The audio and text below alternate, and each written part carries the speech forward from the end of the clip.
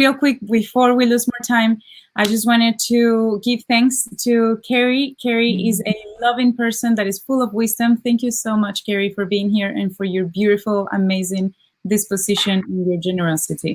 My honor and pleasure. I'm so thrilled to do this with you, Laura. Thank you.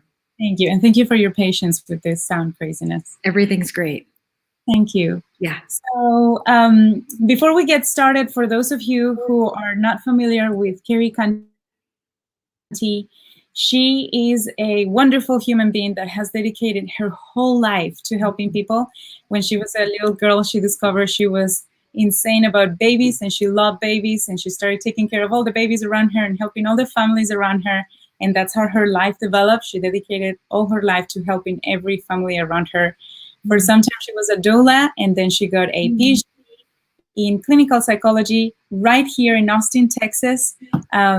And it has an emphasis on prenatal and perinatal psychology. And she's given a bunch of seminars and workshops. She's written books, and she spent the last 2 decades helping people become the best version of themselves as family members, as parents, and obviously impacting how children are growing up with more consciousness, more light, more connection. And so to me, it is an honor to have her here. I can testify to this personally. I met Carrie about 7 years ago, a little less than 7 years ago. And I believe that I love my relationship with my child. I love who my child is. I have a wonderful 7-year-old, and it's in big part thanks to Carrie, because she, when I had no idea how to deal with life, she gave me so much light. She gave me so much insight on how to understand a growing brain. My baby was just 4 months. And everything that she shared with me, I've hold very close to my heart.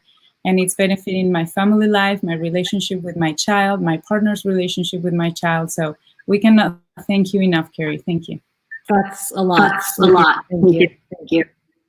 So we got your questions, everybody that's here. Thank you for your patience. And thank you for being here. And we got your questions. We're going to dive in. Let's go. So the first, something that caught my attention is we're in the middle of a pandemic. Like, these are unprecedented times. And I was asking all the parents, whatever you're going through, whatever is hard right now, please let us know so we can help. Totally. And what got my attention is that a big number of those questions were still related to, how do I deal with my child's big emotions? How do I set boundaries? And I believe it's because we're spending so much time together at home now that it's more obvious to all the parents that boundaries need to be set, but we don't know how to deal with them. Sometimes we get tired. Sometimes we get pushed way too many times in buttons we didn't even know we had before. Right. We lose patience, and then we get aggressive, and it escalates. So I wanted to ask you, I don't know if you want me to give you a specific example or if you want to get the conversation going. No, let's give an example that'll lead me into kind of the bigger message that I think will cover sort of boundaries in general, but I like specifics. So yeah, lay it on me.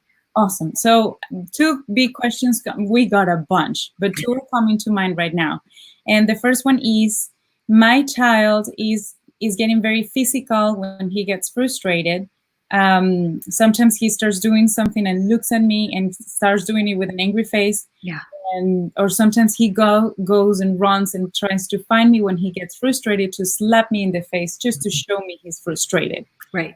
Do you want me to stop there, or do you want me to give you another example? No. So the question really just is, how do I handle that? What do I do? What's an appropriate response with a small human? I'm imagining, I think in the question, this was a 18-month-old or a 2-year-old or even a 4-year-old, like within that frame of what I consider toddlerhood. Yes. All right, so let me back up and then we can get specific. And then what I love about this is that you can help pull out a little more specific if we need it. Perfect.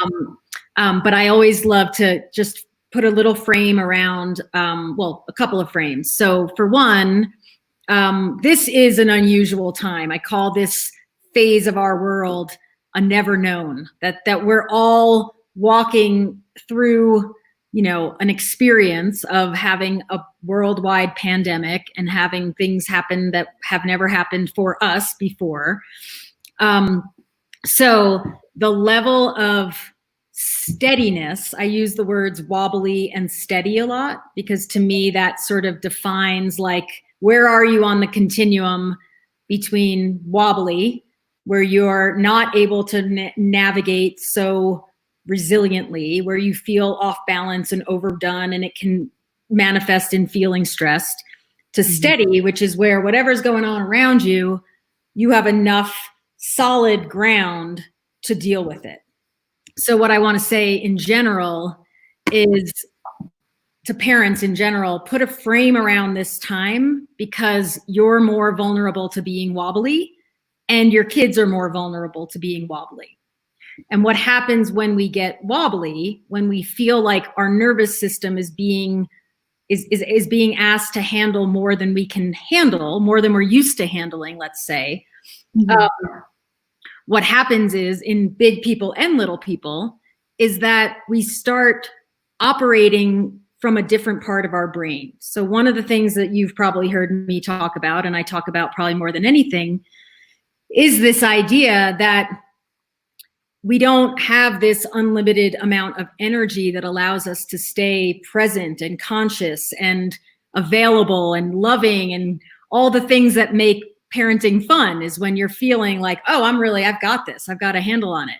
When we get stressed, when stress goes up, our brain states go down. So when we're nice and resourced and we have enough sleep and we have enough food and we've had enough exercise or whatever it is, the way you perceive is more of a human brain state. You're operating from a high level of selfhood. But again, as stress goes up and as you get tired and overdone and your child is whining and you're feeling pulled out into the world by the news, your resources go down, stress goes up, the brain state goes down. So instead of operating from here and feeling rational and capable and loving, all of a sudden you're getting a little cranky. And the things that might not bug you when you're resourced, all of a sudden start pushing all your buttons. Right. And then when you get pushed even further, or you feel like you're overdone, you're stretched, and you don't have enough resource, enough energy to handle what's coming at you, that's sometimes we fall into down here, our reptile brain, if this is our brain. And that's when we freak out. That's fight or flight. So when it comes to small humans, they're in their own experience of, they don't arrive pre-wired to use their human brain state. They don't come in talking. They don't come in with compassion. They come in with the ability to sense, am I safe or am I not safe? And in the way they do that is by tuning into their adult people. So they're reading you and your brain state and knowing, hey, are they present? Are they with me? Where's that energy that I need to stay balanced in myself? Can I access that right now? And if they can, they kind of calm down and you can act playfully. But if your state is lower brained, if you're stressed and you're not thinking as much as you're just reacting, and they plug in and sense that, they're going to keep poking and they're going to do the thing. You said it perfectly. They're going to do the thing that gets you to feel what they're feeling. And sometimes they're feeling what you're feeling and then they're expressing it. Right. It's like a loop. Okay. So ask some questions based on that, and then we'll get specifically into the boundaries. Right. Okay. So you said, children come with kind of, I want to not use your words, which are like the reptile brain and all of that. You know what? So that can you give us a little bit of that, of the reptile brain, the mind brain, and all of that? Perfect. Let's do that. So if you use this as your hand as a model of your brain, like it's this. So eyes would be here. And this is all Dan Siegel's work. I don't take any credit, but I love it. So basically, we're using what they call a triune 3-part brain model. It's not the whole story, but it's enough for parenting. So when a little baby person arrives, they're only wired. The way the brain works is that it has neurons. It's all this wiring, and it's a use it or lose it system. So that we don't come in, think about it. Your little one didn't come in speaking English or Spanish. There was communication, but no language. The language had to be built, and it was built in relationship with you. Right. So you're the regulator. You're the one helping the little one wire up the brain and know what they're going to need. So in the beginning, they're just reaction. They're just trying to figure out, am I safe here? What do I do? How do I stay safe? Okay, I'm safe. Great. I'm going to grow. I'm going to think. I'm going to use my brain. And then that part of the brain, oh, hey, I'm safe. Great. Now, 6 weeks old, I'm looking out. I'm going to try to enjoy connecting. That's my middle brain. My mammal brain is all about emotion. That's not a talking brain either. That's not where those neurons get connected. Right. That's emotion. That's the whining. That's the play. That's the love. But it's very familiar when you're aware of the whining. That's coming from, I'm not human. I'm not in a human brain state. I'm not totally scared and freaking out. I'm not totally stressed, but I'm not quite able to deal with everything coming at me. So then as the little one gets older, they do start wiring this human brain. And so do we. However, when they're little, especially in toddlerhood, it's not like, okay, first I'm more reptilian, then I'm mammalian, then I'm human. It's a constant back and forth, up and down that has everything to do with how much energy you're juicing up in the system. It's like your cell phone. It's like you plug it in, the battery gets charged, you've got a lot of juice, you can take a long walk, you can go off and do what you need to do, and you're going to have energy in your phone. Same thing with the human. And so the old way of thinking was, my child is misbehaving and I have to discipline that. The new way is, wow, my child has slipped out of their thinking brain. They're maybe whining, and in that middle brain, oh, I know, all that. Or they're freaking out, kicking, running, screaming, poking, punching. That isn't misbehavior, that's stress behavior. That's a signal that your little human has run out of emotional juice, and their alarm is going off and saying, I need help regulating. I need help getting steady. I'm very wobbly. I don't feel okay in this little brain body system that I'm just 2 or 3 or 4 years into using of 100 years. I need your adult help. So, right? Yes, absolutely. Yeah. So that running and poking or the screaming in your face, the old way is, oh, I've got to parent that and discipline it and stop it. The new lens is, oh, I've got a person who isn't able to handle what's happening right now. And it might simply be they watch too many screens for too long, or they need exercise, or they're tired, or they're learning how to use words differently. It's using up the juice that would allow them to be, quote unquote, behaving.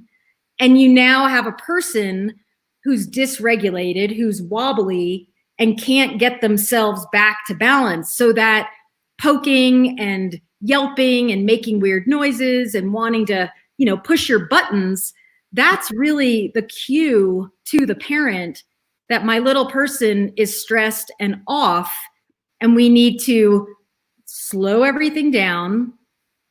I need to stop using words. I need to empathize. Wow, little one, you're having a hard time. Get out of there, get above them if you're feeling threatened that they're hitting your face and you're saying, stop hitting, and they're just hitting. That's normal. That's not a bad kid. You don't have a bad human on your hands. You just have a dysregulated, wobbly human who needs for you, the adult, as the regulator, to go inward, resource, check in on your brain state, and then help the little one. So does that make sense? It does make sense. It does make sense. So the thing is, when you're having a child that is having a tantrum, like somebody else also comment, my child is having a very difficult time in transitions, and now the difficult times have turned into tantrums of like going into the floor and full tantrum. Yeah. That on its own, as a parent, like sometimes when I went through a similar situation, I felt hormones. Like I felt a very physical reaction when my child was doing that it was really hard to control at times. So in that moment, what are the steps? What are the, like, how do we need to look like to our children? And what do we do internally? Like, tell me what to do. Brilliant. Okay. So that visceral feeling is real. Like that's not only is the tantrum normal, especially in any age, but especially in those early ages, but what gets evoked, again, the child isn't making you feel how you're feeling. It's that person is evoking your own emotional dealings. And so what we typically do is we think, oh, good, if I can just get the child to feel better, or if I can get them to stop freaking out, then I will calm down. But here's the trick. The little one is bouncing off of you. So the reflex, and it's not built into most of us yet, but it can be built, is child goes off the cliff and is having a big meltdown. The storm is blowing. And instead of going out and thinking, how do I stop this? How do I not feel what I'm feeling? How do I get them to calm down? We want to learn just to have a micro reflexive self-awareness. Like if they're freaking out, what's really going on in me right now? What boundary just got crossed that I didn't even know was there? And now I'm having an emotional experience while my little one is having a big emotional experience. But if you really step back and look at the puzzle, it's silly to think if I can get them to calm down before I calm down, we'll all calm down. No, it doesn't work that way. Right. Right. And it's the biggest cliche of all, but it's that put the oxygen mask, like, oh, the plane's going down. My instinct is help the child. But we know, okay, I need a little resource. I need to make sure I have my ground, even if it just means saying out loud, you're freaking out and I'm freaking out. Right. That 1 second of acknowledging what's happening within and taking a moment's breath to just say, okay, my alarm is going off like there's a fire happening. It's just a child having a meltdown because their brain is overdone. And I don't need to spin the stories of, oh no, where does this go? And I'm a bad parent. Like right then you want to almost go, I'm wobbly. Take a breath. And the minute you shift and take that moment of care of yourself, 1 moment, just 1 moment. It might not happen immediately, but you're going to practice it. That 1 moment will allow you to be a little more present, and that will allow the little one to either calm down because they feel a little more safe and resourced from you, or to run through the emotion, which is part of the deal of being a toddler, but without the parent worrying or having fear about what's happening. Like I say all the time, big emotions are just weather. And here's the thing, the little humans are actually much more skilled at allowing the emotion to flow than we are, because a lot of us heard there were good emotions and bad emotions when we were little. And that's not true. There's just wobbly and steady and everything in between. And when we're really wobbly, we're emotional because that's how we're processing the whoa. So becoming almost excited about the emotional weather and recognizing that when your little one is melting down, and I know this was part of some of the questions, what do? You get present. You stop yourself. You stop talking because that doesn't help anybody. You go a little bit inward. You check your heart. You take a breath, and you just say, oh, wow, this is a big storm. I wonder where this is going. And if you can become okay with parenting yourself through the feelings that are getting stirred, and allowing your little human to have the emotion with safety. You're not just letting them hit and flail. You say, I'm going to help your body. I'm not going to let you hurt me. But the actual expression of the emotion is incredibly healthy and valuable. And on the other side of that is the calm and the snuggles, and it's the release that allows for the rebalance and allows for more of this human to return. Right. That's beautiful. Does that make sense? Yes. Okay. So let's talk a little bit about boundaries specifically. Yes. Because that's a piece of this. And I think that's a good background. So the thing that I say all the time is there's no, like, the boundary lies within. Okay. That, like, with your children, and this is an extraordinary time to be practicing this, and that's all I'm asking. You're just experimenting and practicing. But the deal is, there's no, there's this whole idea of like, well, I need to be consistent with my boundaries. And I said yes to this yesterday, so I don't want to confuse my child by saying no. But the truth is, you need to do that, because by you being a parent who, when your little one is saying, I know lots of little toddlers who go to the door and bang and go, I want to go out. And if yesterday you were like, great, we're going out, let's go, a parent might think, ooh, mixed messages. However, if you were to say, you know what, sweetheart, I see you want to go out. I'm checking in with myself. If we go out right now, I'm going to feel like I'm not quite steady. I'm not steady. I'm not grounded. And then you're more likely as the parent to have a triggered response, because your boundary yesterday, when you were rested and you had a little more juice in your cup, might be totally different than it is today.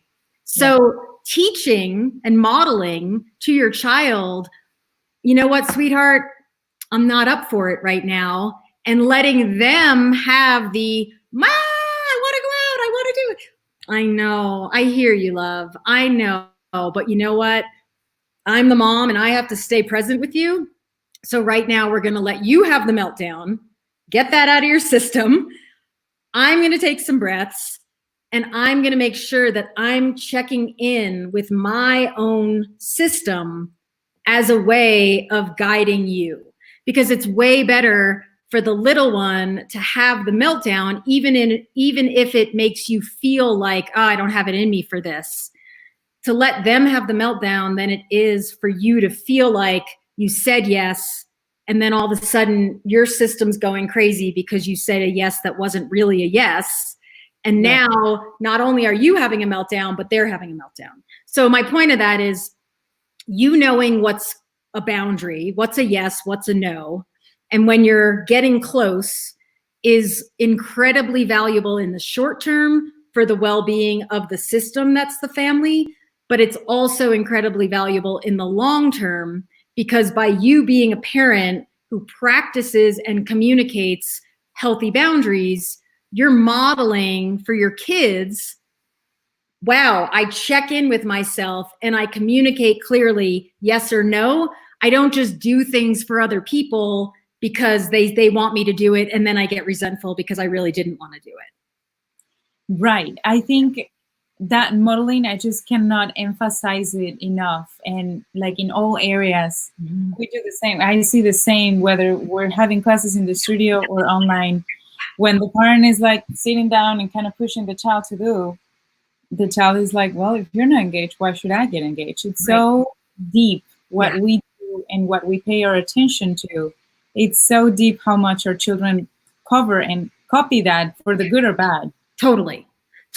And so this idea of setting boundaries, well, so let's back up a little bit, because that's all lovely. But when you're in the moment, what do you do? So how do you become somebody who can be more boundaried? How do you learn that skill? And it's not just reacting in the moment. It really requires, and this is the best thing you'll ever do for your family, more checking in, more self-awareness. Where am I? So, think about this scenario where you are you've got breakfast in you and you've had a little micro time for yourself to do something that makes you feel good. And maybe you checked emails so you don't have that on your mind. And your little one says, can we do that art project that is really messy? If you, as the parent, can check in that moment and go, great idea, let me check in and see if that's going to work for me. That's a different thing than pulling it out because you're like, oh, good, you'll be happy. But your little part of your back of your mind is like, I don't love this thing. I'm really not sure.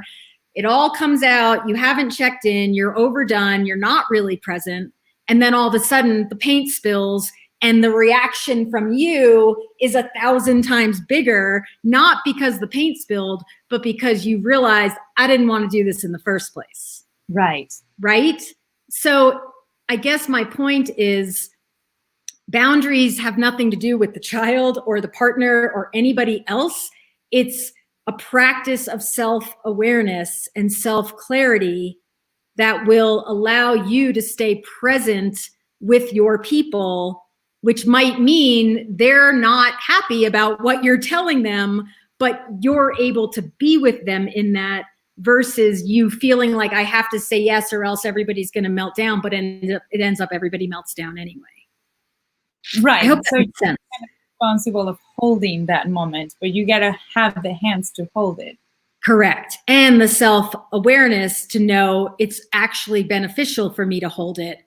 That right.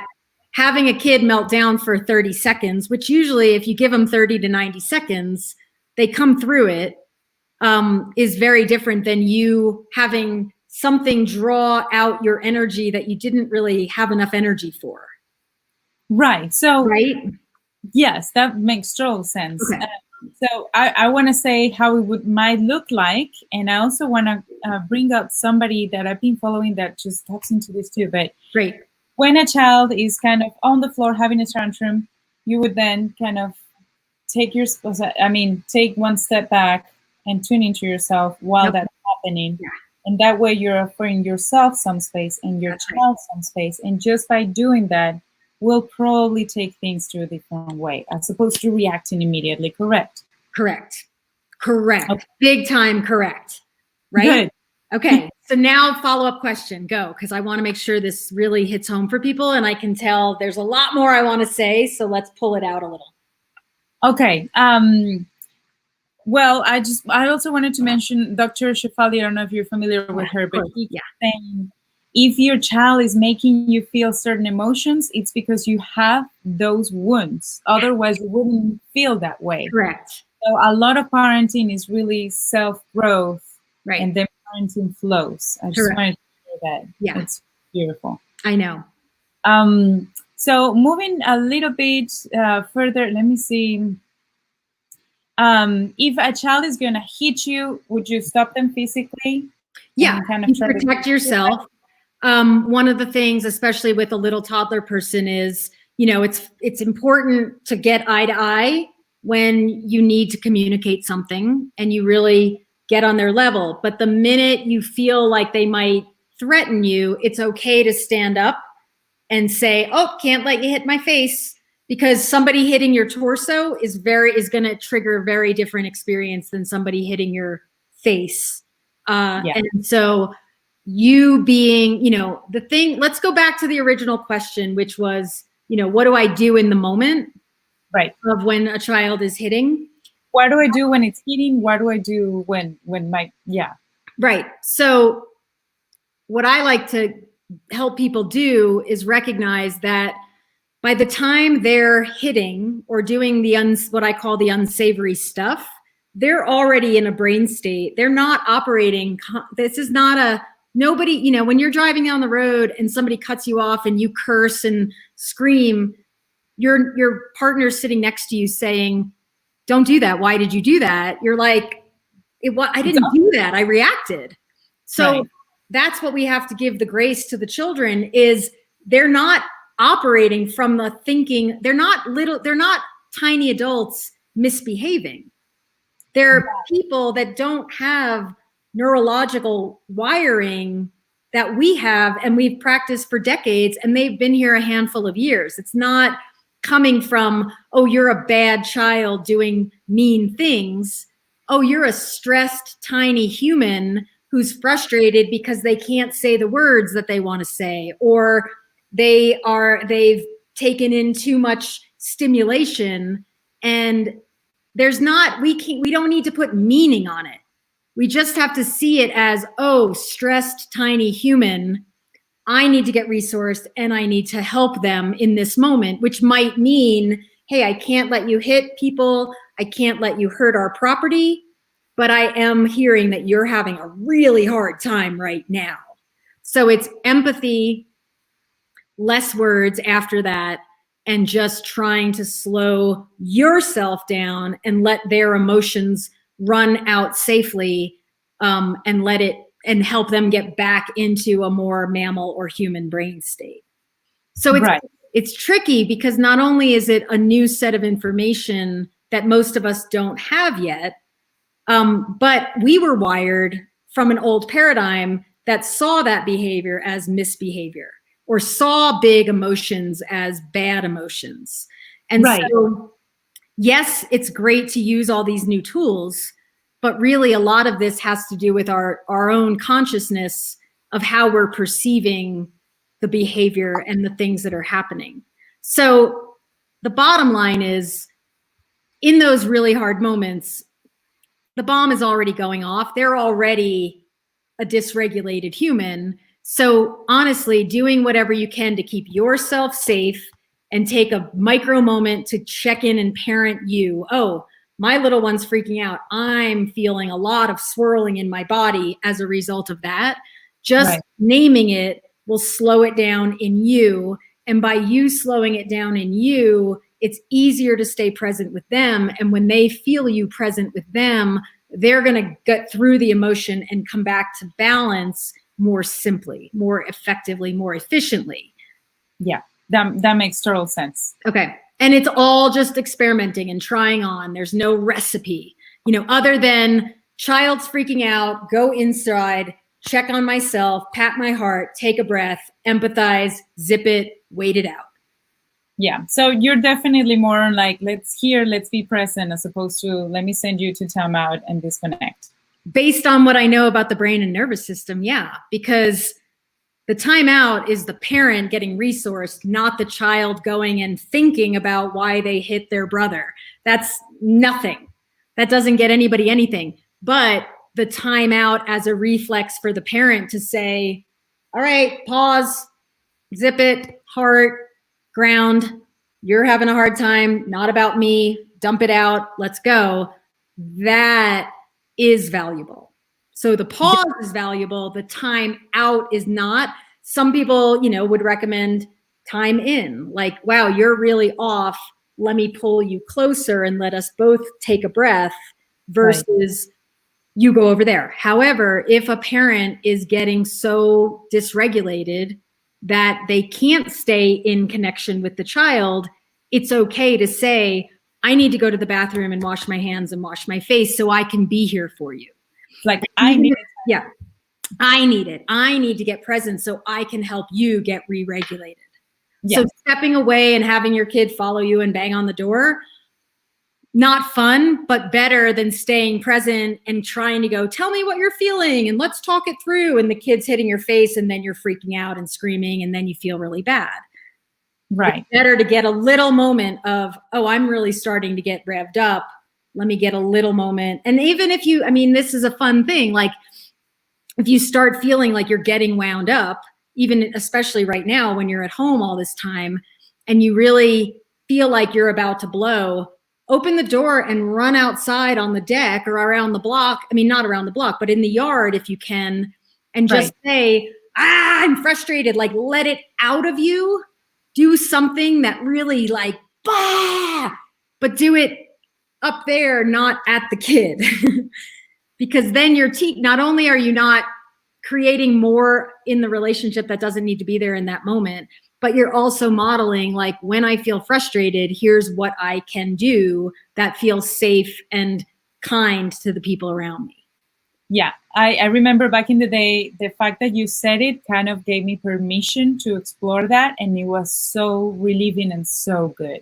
Yeah, it's amazing, right? It's like just, parenting is really, really hard during the quarantine. You know, if you said that even 10 times a day and you had a funny little dance and you hopped up and down, that's very different than going, stop doing that. Why are you making me crazy?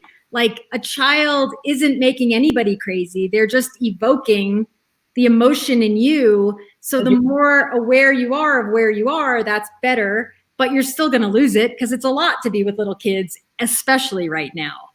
So the bottom line of the boundaries question, like, let's just like put a bow on it, is the boundary lies within. And in order to know the boundary and what is going to work for you and what you're going to be able to handle, you have to be checking in on yourself and not waiting till you get pushed and noticing you're overdone and you needed food, but having more of a practice where you say, I check in with me. Oh, shoulders are tight. Take a breath. Whew.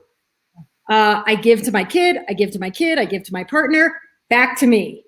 Like, that's how we have to rewire ourselves as humans, because it can't be everything out, everything out, everything out, and then blow. And I didn't even realize I was that frustrated because I hadn't stopped to even check my gauges today. That is beautiful. That makes total sense. Okay. Thank you. Yeah. There's been a lot of concern about, and we're running out of time. Is it okay if I ask you? Yeah, if we go to 1, we're good, or my time 1. So if we go to 2, I just have another call, but let's go. Let's use it. I'm in. Okay.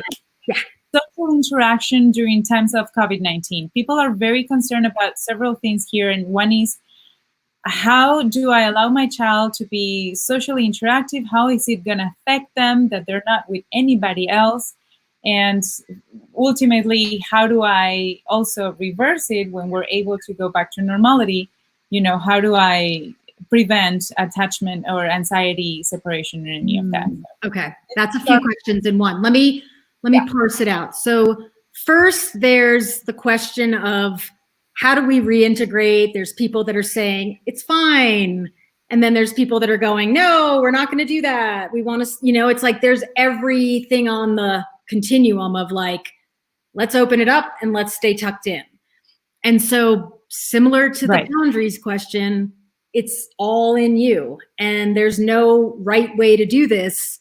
And so this is almost forcing us, which I think is a good thing, to listen more deeply and to not make decisions based on what others might want, but to really own that these are my people that I'm responsible for. So even if grandma's mad because I'm saying we're not going to visit yet, and she's hurt because she misses her grandchildren, again, let her feel that, versus you doing the thing that makes your nervous system feel really anxious because you're not sure if it's okay to be there. And then all of a sudden you're freaking out on everybody because you didn't really listen to what was going to be right for you. And so it's a bit of a forced growing up and maturing to know that, like, I've got to really stand in what's feels appropriate for me and our people, and let everybody else do what they're doing and feel what they feel. So should we be, if we decide to be in isolation, should we be concerned about our child's amount of socialization? Is there an impact? Like, what do children really need in this age? Well, it's all very personal. I mean, I think it's all personal, but in the toddlerhood years, I would say that not seeing other children is not impactful on the long-term development. I think more of what's impactful is the way that the parent is regulating their system. So if they're needing to get out, if the parent is like, I need to see people, we're going to go for it and we're going to stay safe and I'm going to help coach my child, which is another question that we have to actually talk about for a second in a minute.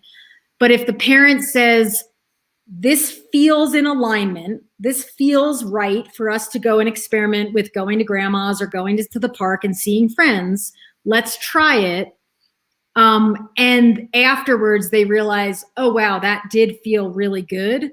that's actually really beneficial to the child person, more than thinking, I don't want to go out, but I'm afraid my kid is going to get really scarred by not seeing people. And then you go out and your whole time, your nervous system is feeling a little weird because you're not really solid in being there. That's less useful to your kid than staying in and doing the thing that might seem more socially isolating, but it allows you to stay more regulated. Right, because at the end, they're perceiving your energy and how you're perceiving Totally. Right. And if you're thinking like, I don't have the skill or the ability to keep my kid from touching all the things, and I'm going to be a nervous wreck, you're better off not doing that if you can avoid it, than going out and doing it and being all bunched up and your kid feeling that the whole time. Right. Yeah, that makes total sense. Yeah.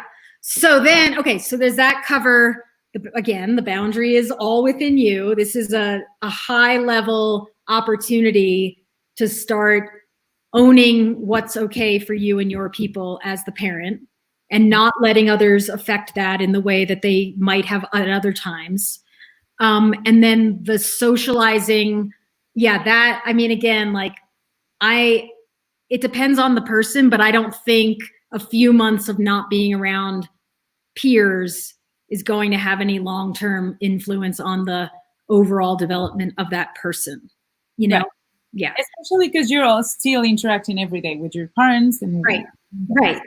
And then, okay, so what's the third? I feel like there was like a third piece of that one. So education is a biggie right now because our world is upside down and everything is online. And so what are the pros and cons?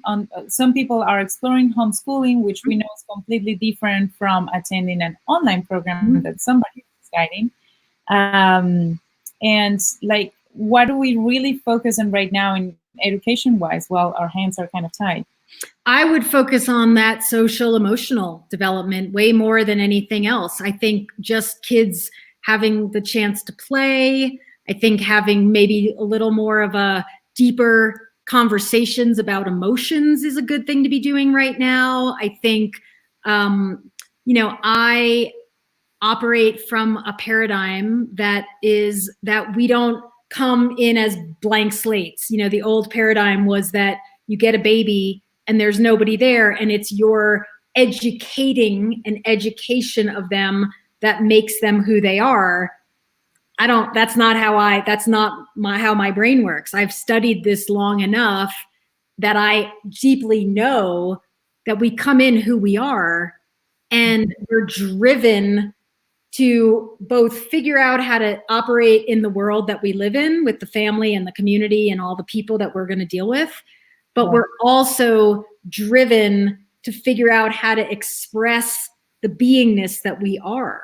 And so the more we can allow for that social development before we're thinking, well, you have to be reading by this age, or you need to be able to do this kind of chemistry. It's like, no, this is our chance to pull everything back and go, what do you need as a human to express yourself and be productive and, a contributing and socially appropriate member of our world at the moment. And so, it's a bummer that parents aren't getting the time, but I'm not at all concerned that the kids are missing anything right now. I really believe that this being with family and tucking in and having to kind of almost like scrap your way through a lot of the stuff that when they are at school, you don't have to do because you're not put in that container. I believe that the humans, the growing humans and the parenting humans and the family in general is going to be stronger and much more authentic in their beingness as a result of the quarantine. Like I'm excited about it. So I don't have any worry. I mean, if you're reading to them a few minutes a day, if you're getting outside, and if you're giving them space to just play and not feeling like you have to be directing it all the time, you could keep doing that till adulthood. I'm a fan of find the education that works best for your family, but being together and having human experiences together like we're all forced to do right now, to me, that's like gold. Like I couldn't have planned this better. And I'm not happy that people are sick and there's scared and fear out there. But in terms of what's possible in family life, and it's not about like, I'm being a great parent, putting out all the projects. It's like, you're a human, I'm a person, I'm a human. Let's be people together, because that's what we're going to be doing for the bulk of our life together. Yes. We're only going to be their parent for a tiny fraction, maybe 15, 12, 20 years that you're going to be adults with these people. Yes. So do it, like start now. Like, how do we let go of the roles and show up as our heart selves, knowing and loving, right? Yeah, I 100% agree with you. I was thinking like, this is the only way I could have waken up and grow in certain areas of my life. And this is just such a, again, I'm also not happy. I know what's going on in the world. I know there's a lot of people suffering. For the ones that have been blessed to be healthy and stay at home, please do take this opportunity to grow. And it's raw and it's difficult, but it's so worth it. Right? And Absolutely. It's such a beautiful opportunity, and it won't necessarily be all pretty, but that's okay, because similar to a birth, you know, that's not a comfortable thing for the baby or the parent. Like, it's intense, and but yet on the other side of it is you're holding this person that you now get to love and be with. So be courageous is kind of, you know, use this time to take moments knowing everybody's good. Oh, okay, you're playing, you've got what you need, we all ate. Okay, take a breath, come back home, check in. What am I grateful for? What am I appreciating about these people? What do I need right now? Oh, I need water. Oh, I need to jump up and down 5 times and just move my body. Like, you becoming more skillful at managing this mechanism of humanhood is what you could be investing time and energy, and that will benefit your kids bigger than you could imagine. I agree. 100. That was beautiful. This is so beautiful. So the very last question that we had is, I want my daughter to see good in people, and some family members highlight the bad. How do I deal with it? Well, I mean, again, I don't know if that's another parent or it's I believe. Grandparents. Did you say grandparents? I believe. Okay. Yes. Well, let's just assume. So what I always say to people is, the parent, in my experience, unless the child is spending more time with the others that are more quote unquote negative or saying things that maybe don't feel as true for you as it does for them, I'm never concerned that voice will take over the neurology. Like, so again, I would say focus more on how you want to model being a human. And if it's being grateful and seeing the good, then have a very conscious practice of every night before bed or every night at dinner, we're listing 3, 10, 100 things that we are appreciating and loving about life and the beauty of it. And then as they grow, and if they're like, well, I mean, the truth is they might not even hear the negative stuff because that's not their parent. That's just grandma. And the things that they're going to have hooks for that they don't have the hooks we have.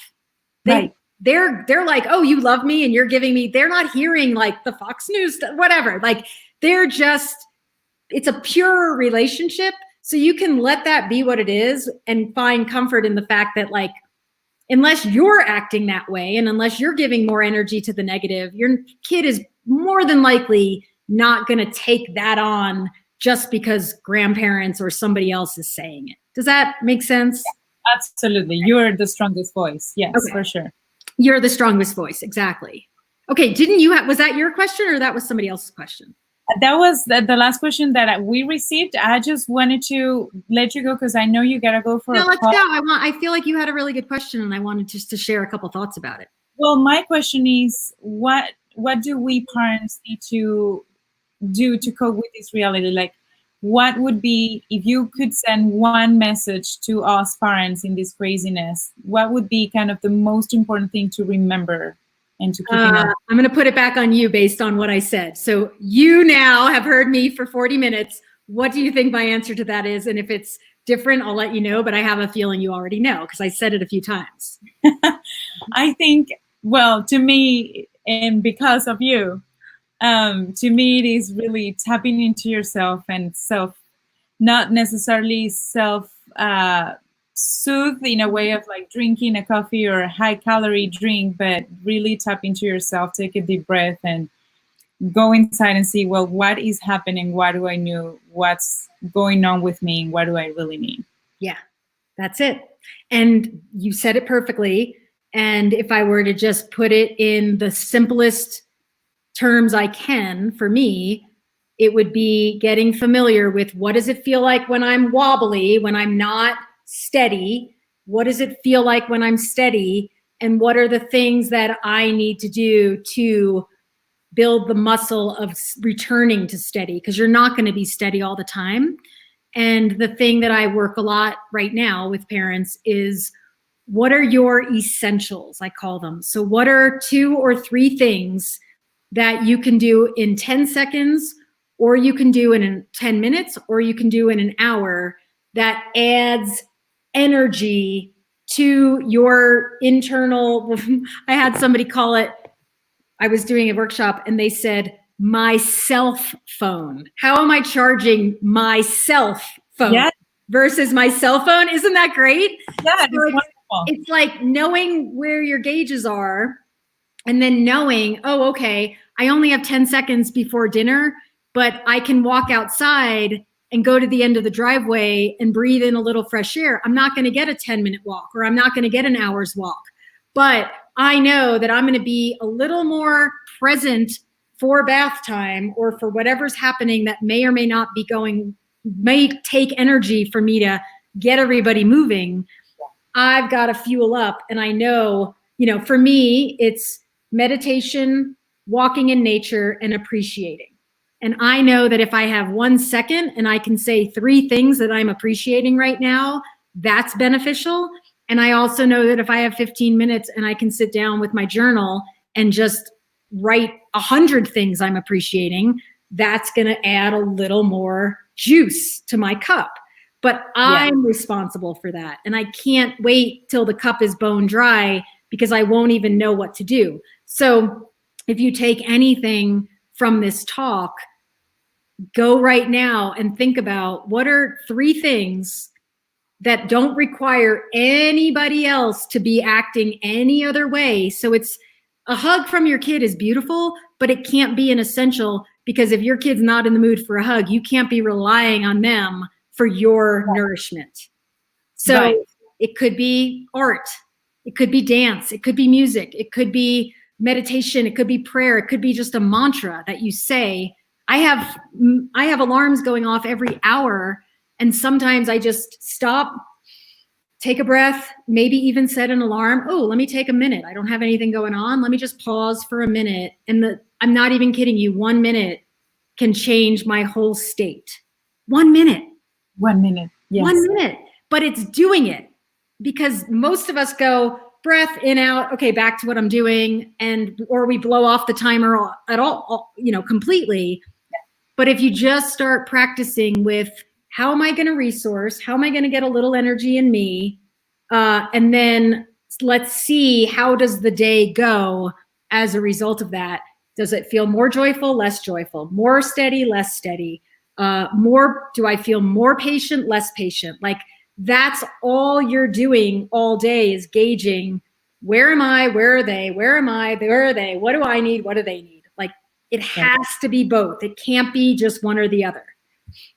Yes, absolutely. And I also want to invite people, now that we're in this specific time of our lives that will probably never come back again. Right. It's a good time to explore, because some of us grew up never exploring how to fill up our cups, because that was not part of our growing up. Nope.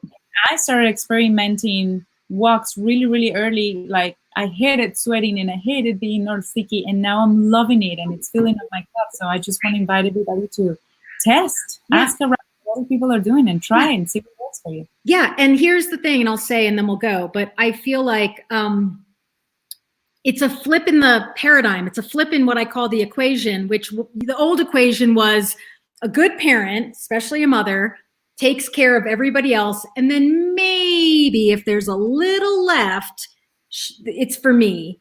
Yep. Rarely happens. Versus I'm the causal. I'm the fulcrum. The way I'm revving, the way I'm relating to me, and the way I'm aware of myself affects everything out there. So let me give a little extra and see where that takes us. Yes, recognize your place and how important it is. Yeah. Did we do it? We love seeing you. Thank you for being so loved it. Great. Happy to do this anytime, honestly. So lovely. I loved it. Thank you, Laura. Thank you, Carrie. Okay, we'll be in touch? Yes. Okay. Definitely. Thank you. Bye, everybody. Bye. Thanks for being here. Bye.